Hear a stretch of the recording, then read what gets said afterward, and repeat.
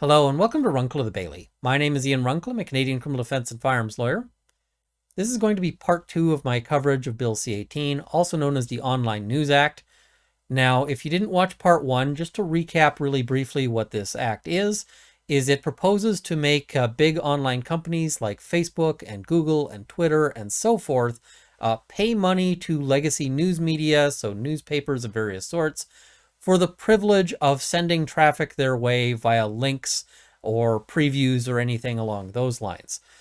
So this is essentially to support these legacy news companies who are having a real tough time adapting to the internet era and a real tough time competing with these, larger companies in terms of providing value for ad dollars.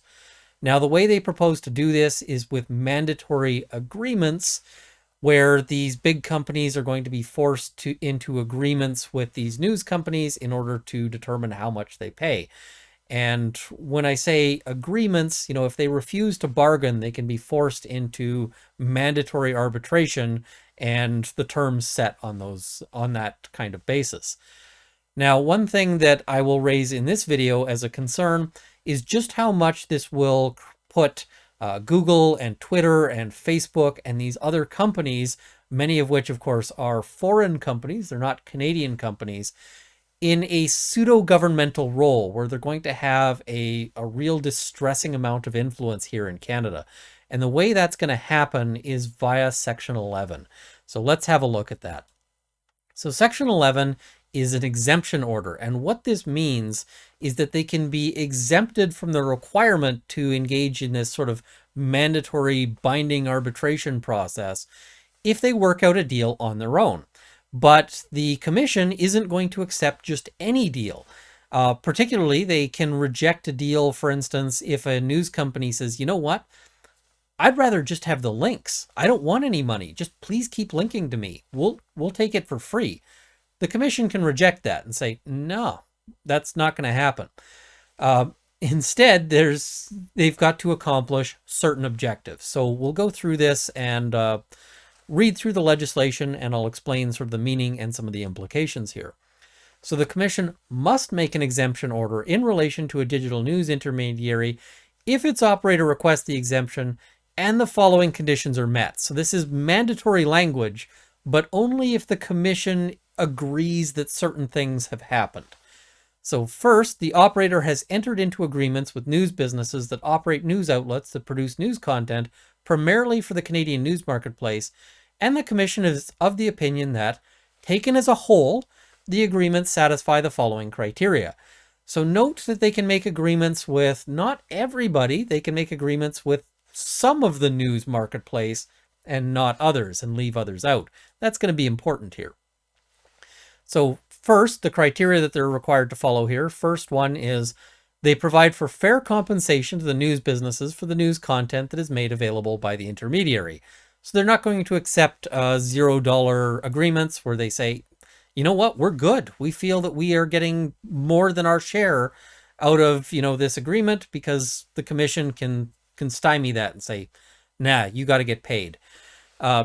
2, they ensure that an appropriate portion of the compensation will be used by the news businesses to support the production of local, regional, and national news content. 3, they do not allow corporate influence to undermine the freedom of expression and journalistic independence enjoyed by news outlets. 4, they contribute to the sustainability of the Canadian news marketplace. 5, they ensure a significant portion of independent local news businesses benefit from them. They contribute to the sustainability of those businesses, and they encourage innovative business models in the Canadian news marketplace. Innovative business models like being forced to make payments to these.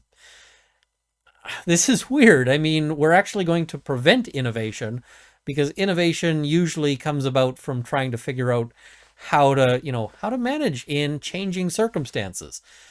You don't innovate if you're just getting a paycheck that's required by law. And 6, they involve a range of news outlets that reflect the diversity of the Canadian news marketplace, including diversity with respect to language, racialized groups, Indigenous communities, local news and business models, and any conditions set out in regulations made by the Governor and Council. Now, you might say, hey, some of these goals are laudable. We can agree or disagree on whether these are, are good goals. But these are things that typically would be things that a government might worry about, especially in terms of discussing like which news outlets you're going to look at. When we start talking about which news outlets are going to be supported, do we really want this to be a decision made by Google and Facebook and Twitter and so forth? Because that's concerning to me. We might have them deciding that they want to support, and they say that they can't undermine the freedom of expression and journalistic independence enjoyed by news outlets. But there's nothing there that says that they couldn't select which news groups they want based on some of the things they've said. I mean, if you were a news organization, now might be a really bad time to be posting things critical of, all of these major online companies, because they might just decide to leave you out of the deal and leave you out of the payments. Do we really want these big companies to be deciding what local news looks like here in Canada? I certainly have some concerns about that. The actions taken by some of these companies can be controversial, particularly when we start talking about things like moderation, which content they promote and which content they bury. These are things that people can, have opinions on. And I don't get to vote for Twitter. I don't get to vote for, Google or Facebook or any of those things. These are for-profit companies that are going to be operating in their own interests and not in ours. So do we really want to be requiring them to be stepping into this sort of pseudo-governmental role where they're making these kinds of calls?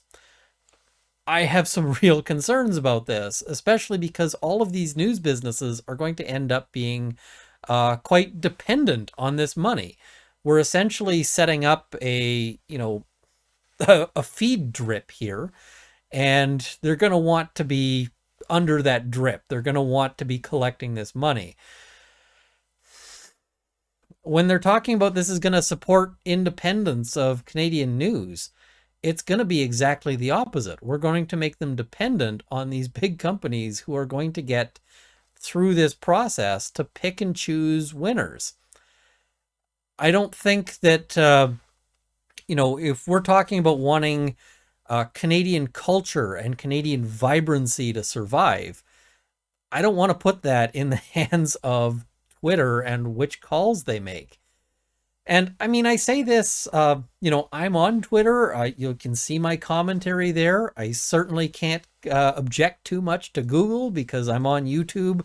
That's where a lot of my content is put out. I also post it to Facebook and post it to locals. All of these major intermediaries, I use their services.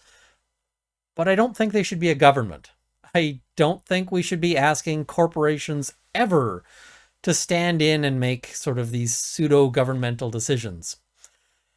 Anyway, let me know. Maybe you think I'm off base, but I think this is a really big concern here. This worries the heck out of me. And yeah, I just wanted to share that with you.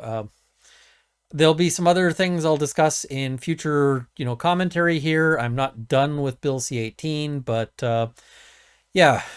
Please like this video, share it with your friends, subscribe to see more content. As I mentioned in the last video, I don't feel like you guys are ripping me off if you link to this video somewhere else. I encourage it. You do not owe me any money if you're posting links. So thank you for watching. I hope, again, you've enjoyed this. I also want to thank my Patreon supporters at the $50 level, Canada's National Firearms Association, the CCFR, and the Canadian Shooting Sports Association, at the $30 level, Sights and Arms Limited and Marc-Olivier Demour, and at the $20 level, Peter Hilger, Mark, Jane Babin Luxer, Haywire, Dale Nesbitt, Cameron Johnson, Bruno R., Andrew Elsich, and Rick J.D. Thank you as well to all of the $10 supporters who will be in the crawl immediately following. Thank you for watching, and I hope this has armed you with knowledge.